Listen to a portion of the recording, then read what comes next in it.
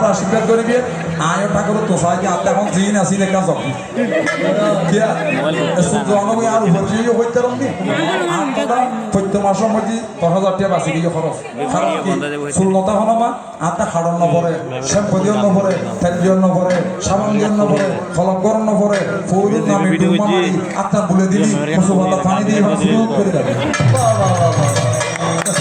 বাহ তুই নালা মালা নয় ও ম্যাডাম বুঝি দেখি সবচেয়ে বেশি ভর্তি হইতে আপনি গত করোনার সময় করোনার মধ্যে তো কষ্ট নাও বাজে মানুষ খুব কম আছে ঈশ্বর দিন মাসে কষ্ট নাও হয়েছিল কারণে কে হইতে আপনি করোনার মধ্যে স্কুল কলেজ বেগের বন্ধ আছে লটারি দিয়ে এখনো কিন্তু স্কুলের মধ্যে লটারি চলে তো লটারির মধ্যে আমার করোনা সাধারণ করতে যে বছর তো বাচ্চা আছে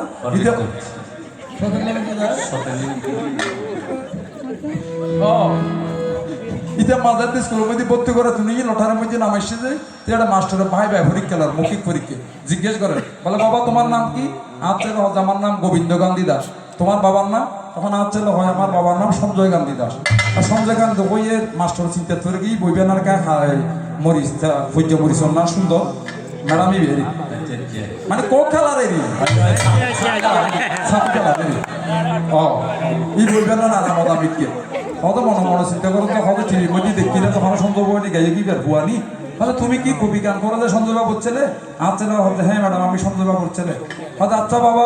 বলো তো দেখি পৃথিবীতে মরুভূমি কোথায় হতে ম্যাডামই আর প্রশ্ন করলে একজন হন গোজ দিয়ে আর শহরে ভেইল না বাবা গাজগর হুয়ায় বাবা গাজগর হুয়া নয় আপনার গাজক নয় নি বাবা গানত তো নয় আরো জন্ম দিয়ে গান গায়ে পয়সা নিয়ে পাতকা বাইরে বড় গজি কি প্রশ্ন করলে একদম মরুভূমি কোথায় মরুভূমি আমার বাবার মাথা বিশেষ করতে একটা বর্তমান রোল এক সরকারি স্কুলের মধ্যে অ্যাকচুয়ালি আমরা ভারতের আপনার এই সুলতান আয় নয় আর হবে না